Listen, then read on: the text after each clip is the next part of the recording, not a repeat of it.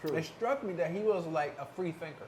Oh yeah. And that although he did things for a group, he has a free mind, and he's not so black and white. He's more in the gray, and that was too much. But you couldn't tell that from the outside.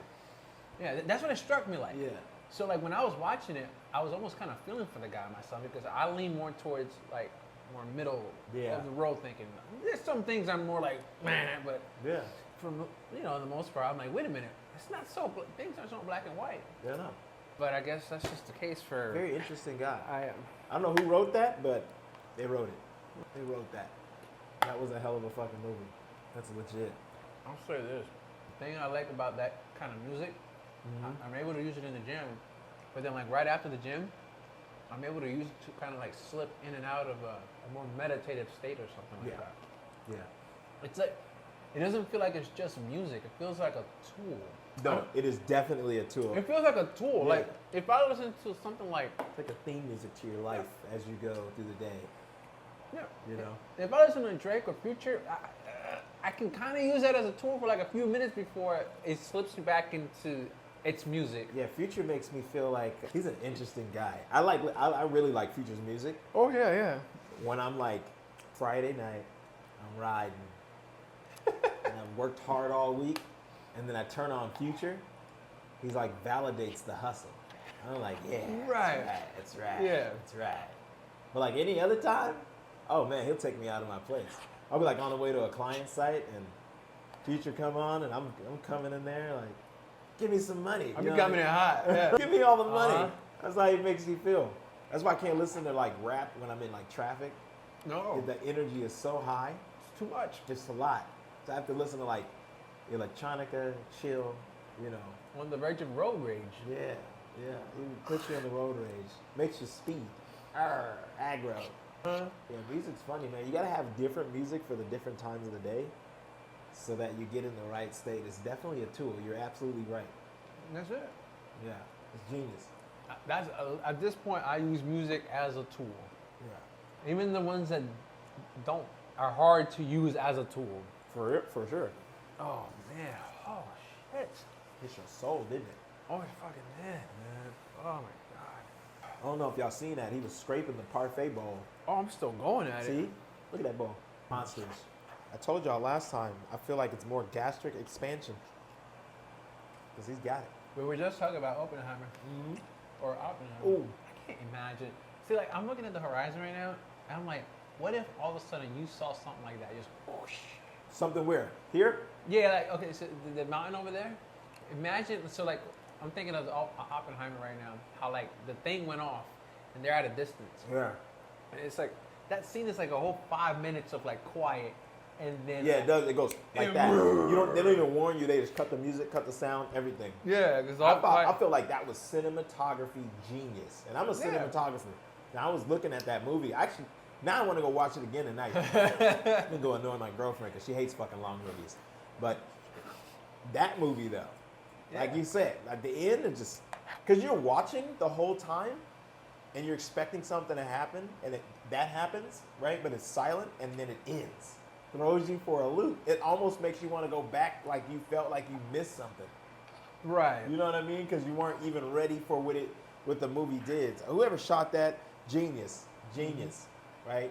I can only imagine to shoot something like that, like where you catch that much emotion, but with no sound. Like who thought of that? He's probably sitting at his desk like, I'm gonna blow up the world, show it, and not have any sound, and just let your imagination run.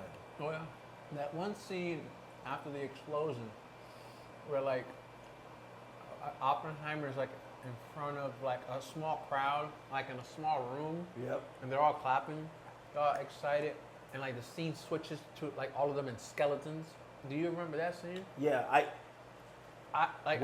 my feeling that I got, I was just gonna ask you, what did you feel when you saw that? Like, what was the, not feel, but what was the analogy of that to me? Yeah, go ahead. Well, you tell me what. What I saw is like maybe he was feeling like the how I say, like the burden of I don't know. I'm just gonna spit words out here.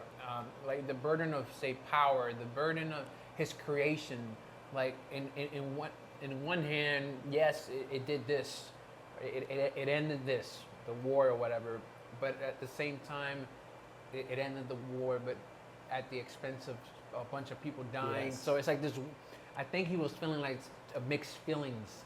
I think maybe that's what the scene was trying to convey to the viewer. Like, yeah, okay, this happened and it ended the war, and it was only just a couple 100,000 lives. But it's like, wait a minute, those are still lives. And I think that's what he was feeling. Right. Like torn. Like, could there have been some other way where, like, maybe no lives were taken? Maybe that's what I think. I feel like that's right on point. On top of that, the look on his face almost felt like, I think I just ended humanity.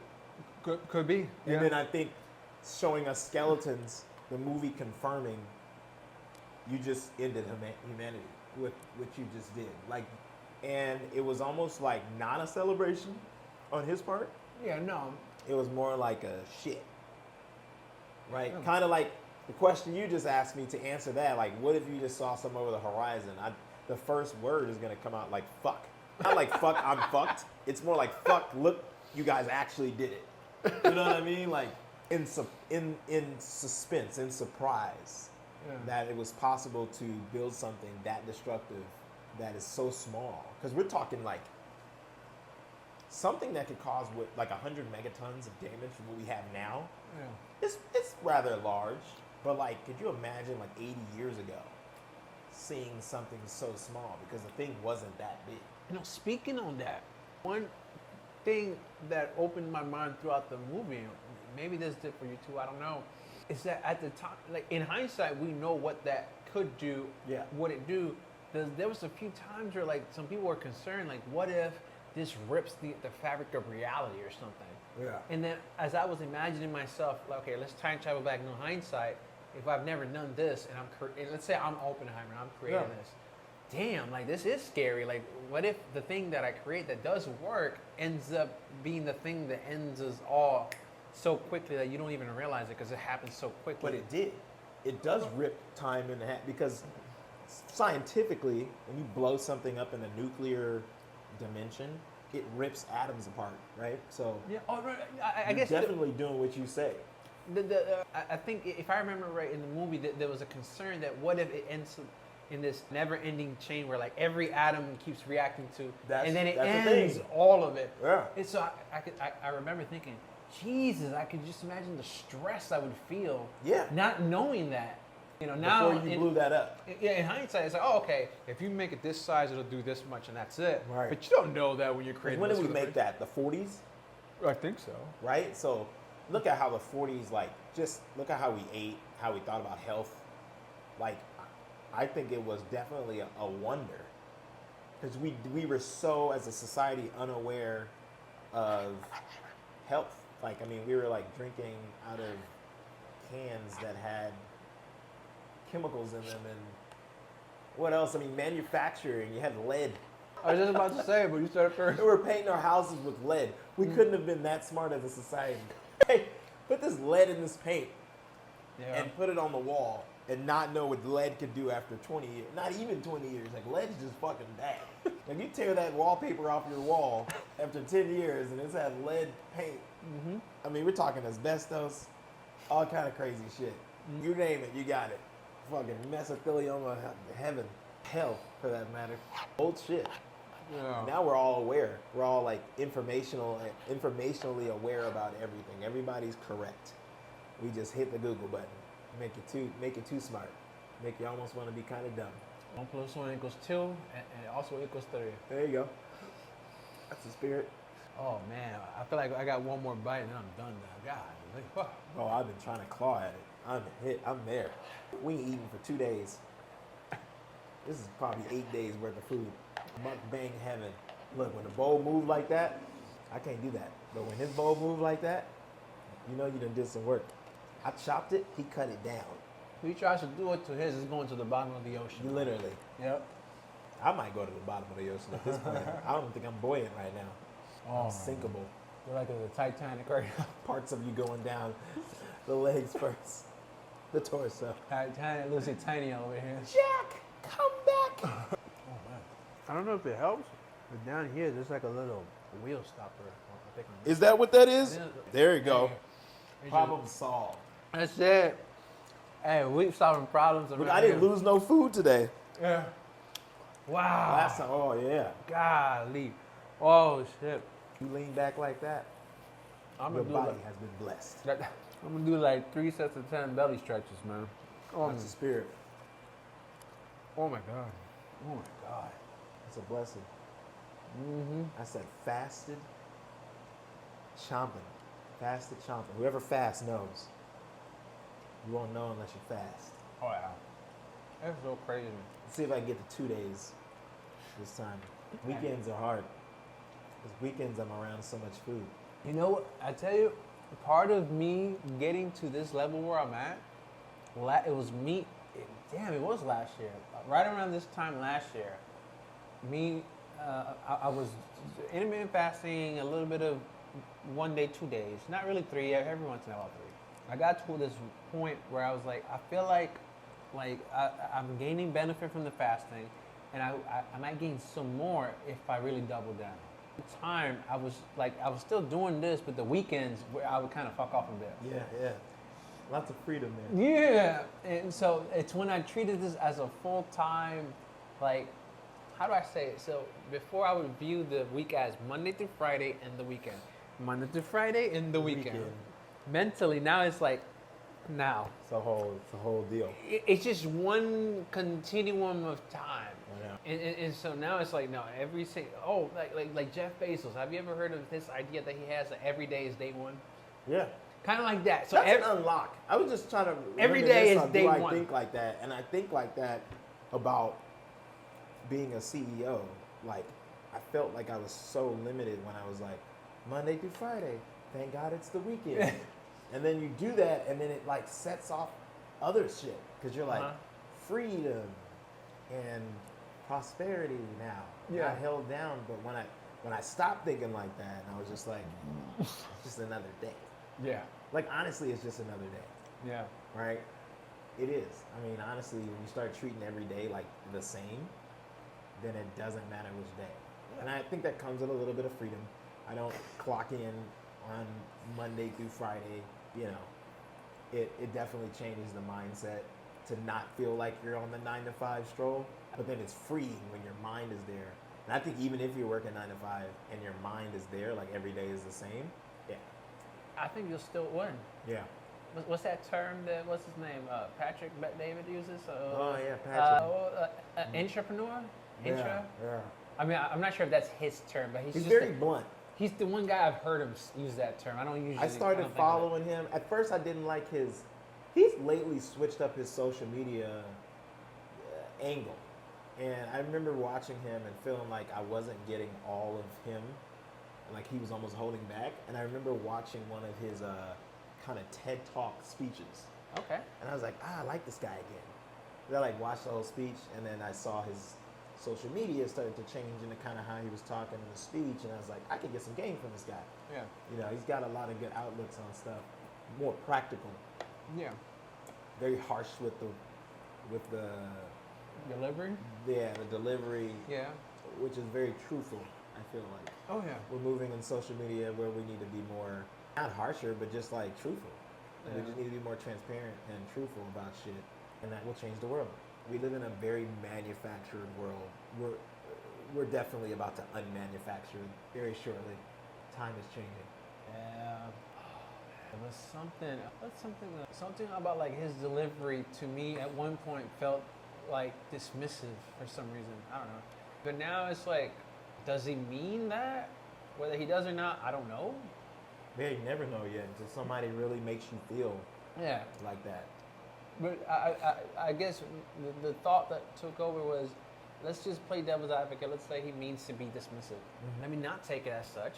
Let me just hear him out, because there might be some gold and some nuggets in what he's saying, which is that's where my head was. The funny thing is, it's that idea is the very one that he does have. Yes. Like, oh, you're giving me feedback. Oh, you know what? I'll take that. Thank you. So now I see it that way, even though it still seems a little bit like, I guess, so be it. So now I don't know.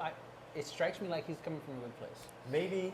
I don't know. because social media is changing to being okay with speaking your mind. Maybe. It used to not be at all.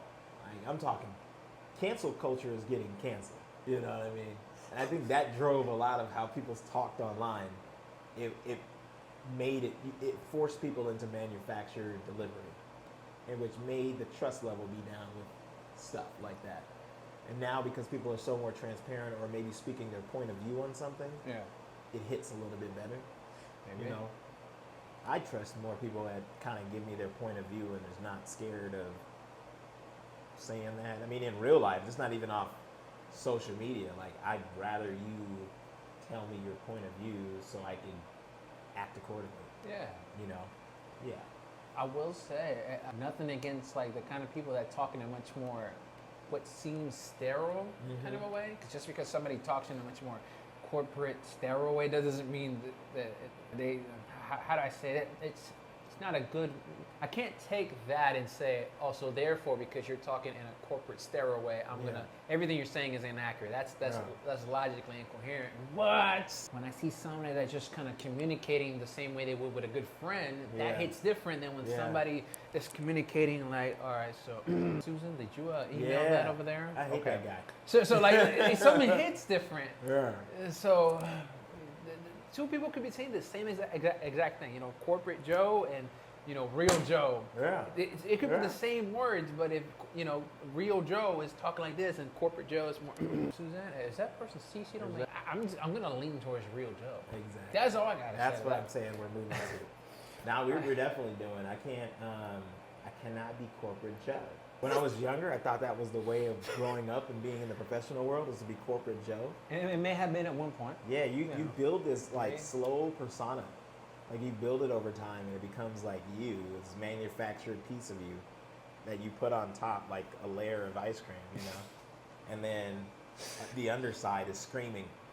Yeah. And it's screaming out loud. If you go long enough, you'll be in prison, you know, in your mind.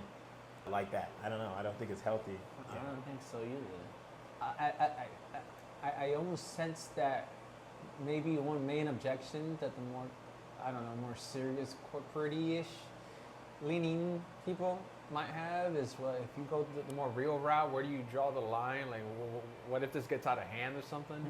It's like, there's always going to be some kind of pro and con. Why don't we lean more towards the one where, like, the pro and con, at least internally, you're more, like, how do I say it? It's like when you're more real, I've noticed I feel less mentally stressed out, for example. Yeah. Like, could there be something that could it get out of hand? Of course. There's always going to be something that's going to get out of hand. There's always going to be some crazy guy that's going to amass the people and go down to some shitty, massive, you know. With influence. Yeah, it's going to happen. But, I mean, which one? Not that I know, because I don't have like some massive computer that can generate some motherfucking multiple scenarios, like which one is going to be better. But I feel it. If I had to put my money on conviction, I think the real Joe path is probably the better one. Yeah. And maybe we got to figure some things out along the way. Maybe. My opinion is that soon corporate Joe won't be able to play in this playing field anymore. Like, it'll be like the cool kids and you're not cool. Like that kind of relationship. Like, no, you can't play here. You know? Especially with, I'm a millennial, but the generation right after me, your generation, for sure, will not accept that. And it's gonna change. I don't know if what is it your group they call us millennials. So I'm millennial right now. I'm at the edge. You're like right at the edge. I'm at the edge. So I think the next one after that is like Gen Z, I think. Yeah, Gen Z for sure will not accept. Gen Z don't even want to work. So they're probably the best generation of people coming now. Because but the thing is, and I was just laughing about this with my girlfriend yesterday. I said, you know, working is gonna be a lost art. Because we have these things, these cameras, and working is actually going away. And I feel like that might be a good thing in a lot of industries. Maybe it shapes up and makes people act differently about their businesses and how they treat people when they know a certain generation doesn't accept any of that stuff. And corporate Joe is not cool anymore. And we don't trust corporate Joe and Jill. And they're so stiff. And I don't know, we want to be together again. We've been COVIDed out people are very hostile leaving that era, and now we're coming back around again. We're like, hey, we like liking people. We don't like taking advantage of people anymore. Like, you know, that world is coming very soon. Believe it or not, the transfer is coming. And it's going to be less than like 5 years. People think it's going to be over time long, but no. Yeah, that boomer mindset is gone. I can see that. Yeah. I would not have seen this if it wasn't for like me dipping my own feet and like just seeing how people respond. But I can see it. You get a few naysayers, right? Like you get them on the comments section, but masses wise, nah. You're gonna hit more people than you think. I mean, at the end of the day, well, what's the saying? It's what the market wants, or something to that effect. Yeah, it's the market. It's a buyer's market right now. I'm seeing for myself how they're, you know. Yeah. I know people in my own life that probably, like, to them, what I'm doing, or heck, you probably have people in your life that they're probably confused. Mm-hmm. Why is he doing that? Yes. And the funny part is, there's those, right? And then there's the other people who are like, by the way, I'm gonna follow you. I'm gonna hit follow. You're cool, and there's something that you bring into the table. I wanna hear you out. It might help. I relate or something. So it's like, this person's confused. This person is like in it. Yeah. So this is speaking. You know. This is. I am definitely proof of the pudding. I get approached by people locally, and they'll be like, "Hey, that video you made last week was inspirational," and I'm like, "What?" Because you're making so much shit intentionally, but you don't expect that thing to come around the corner. You never know when it's coming around the corner, right? You're like, and I'm always confused. I never know how to really respond quickly because I'm like, I'm so in another place when someone usually approaches me like that. It's new. This is very new. This is very new. It's like we're figuring it out as we're going. Yeah. It's a very, I mean, not the same level of severity, but it's almost very Oppenheimer like. Yeah. You're stepping into this unknown, and you're just. You don't know what's gonna happen. You don't know how to feel about it. You just kind of be like, oh, okay, this is the playing field now. I love social media now. I used to hate it, honestly. I hate social media. I fucking hate it. But lately it's been fun because you're able to do so much more. And then not only that, there's many more platforms now. You know, when I was younger, there was MySpace. Oh, yeah. So that's all we had. It was more for sharing things you like. It wasn't like I have an opinion. You know, young people were using it, we were using it, so we weren't so opinionated in our younger parts of our life, and there wasn't a platform for that. Now you have all these different platforms. One platform is like for heavily opinionated stuff, Twitter. Let me get on Twitter and I'm gonna brain dump, and then we've got like Instagram stories where like it allows us to brain dump for a minute straight. Yeah. Or get on a reel for a minute and a half and brain dump, and not only brain dump, but like not reach out, but like reach, because the algorithm will push the message to somebody that's gonna feel it and all this other stuff. Like we've got a science behind shit now, so it's changed. It definitely has changed in the best way. I feel like we're a long ways from AIM chat. You said we're a long ways from what again? From AIM chat. AIM chat? Yeah. What is that? Holy moly! I don't know what AIM chat is. Oh, it's the first time I hear about God! Oh my God! Story time. Right. AOL. AIM. Oh, okay. Is that what it is? Yeah. Oh, okay. That was like the first, for millennials, that was our first social media network. They have like a yellow banner? Like a little yellow guy like this. Okay. I didn't know there was... AOL Instant Messenger. Never mind. AOL is AIM. Okay. It still exists. Okay, all right. It still exists. Oh, see, I didn't know that. Yeah. My mom was using it until like last year. That's an old ass It's like 26 years old or something like that. It's old. Yeah. It's old. It's really old. And we had it when the internet first came out, but it was a way for us to like reach other people of our age groups that were outside of the area. Like if you think about early 2000s, how can you find somebody? You're in high school, 2001. you want to meet someone from another high school. How? Right. What situations would put you in front of another person from another mall, fucking a party, or like a sports game at school? Would put you in the front of another person from another school or something.